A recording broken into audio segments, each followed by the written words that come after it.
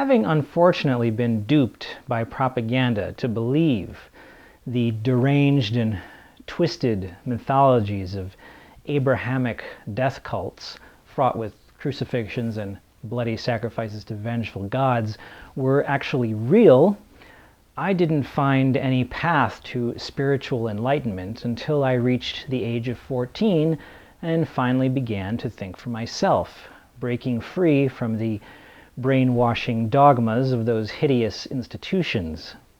Thankfully, I never became a catamite to a clergyman in order to discover their sacred texts were pretty much evil incarnate, but I do lament that it took the better part of a decade to renounce their deceitful fictions. Would that I were only raised to accept J.R. Bob Dobbs as a beacon of salvation. At least I could have had a money-back guarantee. Consequently, I can sincerely say, Illusions, The Adventures of a Reluctant Messiah by Richard Bach is the type of book I wish I had discovered at the age of 8 instead of 20. Had I found it sooner in my life, I may have been able to abandon the egomaniacal lies expounded by Messianic theology that much more quickly. Perhaps I would have become a bit wiser a bit sooner, and I would have ceased being so clueless when I was much younger than 14 years old. But, as the old saying goes, you can't second-guess fate. Now, for those who are wondering, yes, I am quite deliberately speaking of these topics using such a convoluted mire of haughty terminology because I know that intelligent people will follow what I'm talking about, and a majority of the zealous zombies indoctrinated by theistic idiocy will have no clue what the hell I'm saying.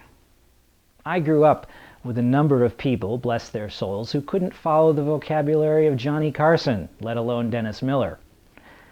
While I may bemoan that the age of 20 was a far older age than I would have preferred to discover this book, things happen in their due time, and perhaps Illusions came into my life at exactly the right moment.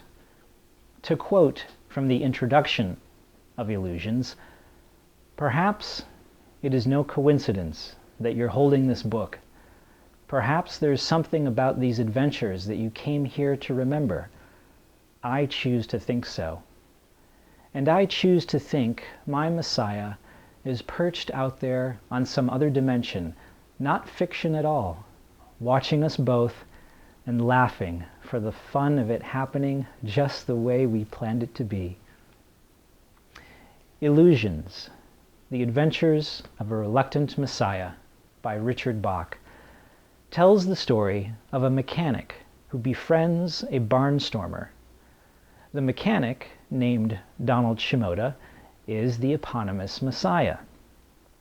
The book follows their meeting and developing friendship over the course of a few days where the barnstormer gains a lot of wisdom about life and learns that Donald Shimoda isn't the crackpot that most people would presume him to be. The story is wonderful, full of deep insights and a kind of Taoist existential view of the universe that can change your life. This is why you must find this book at the proper age for you. Too young, and you won't understand it. Too old, and you may be too set in your ways to consider the possibilities. But when you're old enough to be questioning and young enough to still be searching, Illusions will find you. Never will I forget when and where Illusions found me for the first time. I was already a fan of Richard Bach, and I had read a number of his books. And then one afternoon in circa 1991, I found myself in a bookstore in downtown Cleveland, and I already had a number of books in hand that I wanted to buy. However, being dirt poor, I couldn't afford all of them. I had to be careful. which ones I picked to purchase. So, I decided I would open Illusions to a random page and read what was there. And if the text on that page really spoke to me, I would buy the book. So I shut my eyes, and I flipped it open, and I read the words, "Perspective, use it or lose it." If you turned to this page, you're forgetting that what is going on around you is not reality. Think about that. Remember where you came from, where you're going, and why you created the mess you got yourself into in the first place. You're going to die a horrible death, remember? It's all good training, and you'll enjoy it more if you keep the facts in mind. Take your dying with some seriousness, however. Laughing on the way to your execution is not generally understood by less advanced life forms, and they'll call you crazy. Wait, what? What? Gasping, I slammed the book shut. Needless to say, I nearly had a heart attack. And shit myself. Seizure, incontinence, simultaneously. What the fuck? A horrible death? Whoa, whoa, whoa, whoa, whoa. Hold on a second. That's metaphorical, right? Metaphorical death? Metaphorical execution? We're not talking literal here, right? I want to die peacefully in my sleep at the age of 105 after a night of having sex with my 20-year-old lingerie model girlfriend. Okay, that's how I plan to go out. Not a horrible execution. Shit, man, I was just asking if I should buy the book. I wasn't asking for metaphorical premonitions of being executed. What the fuck is that about? When I said I wanted the book to speak to me, I was not expecting the thing to answer me so literally. Needless to say, there was no way that book was going back on the shelf. This thing was coming home with me. And ultimately, that's what Illusions became in my life, a book that truly speaks to me.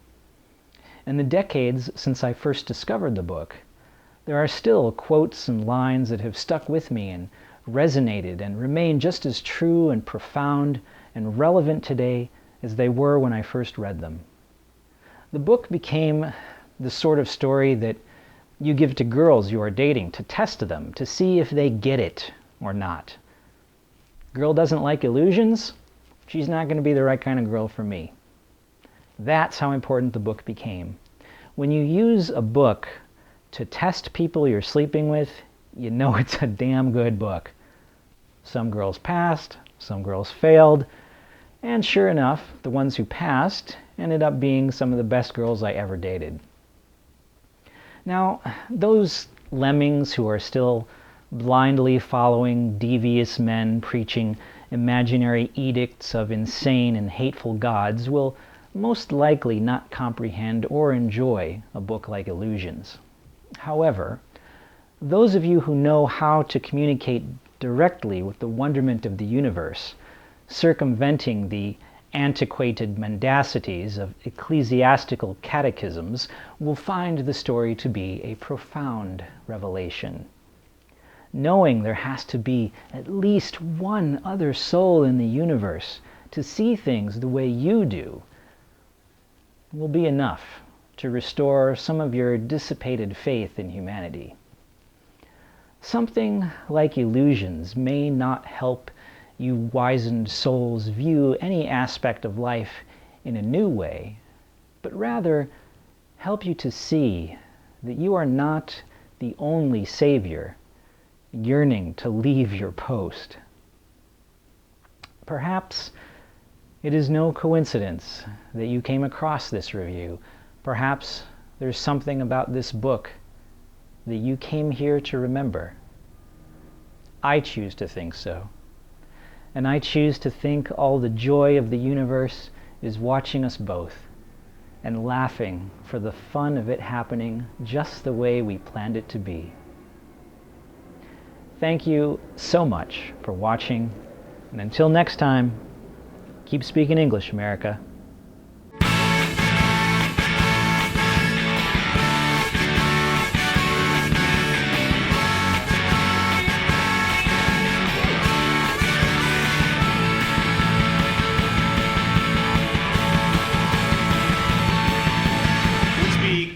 American English.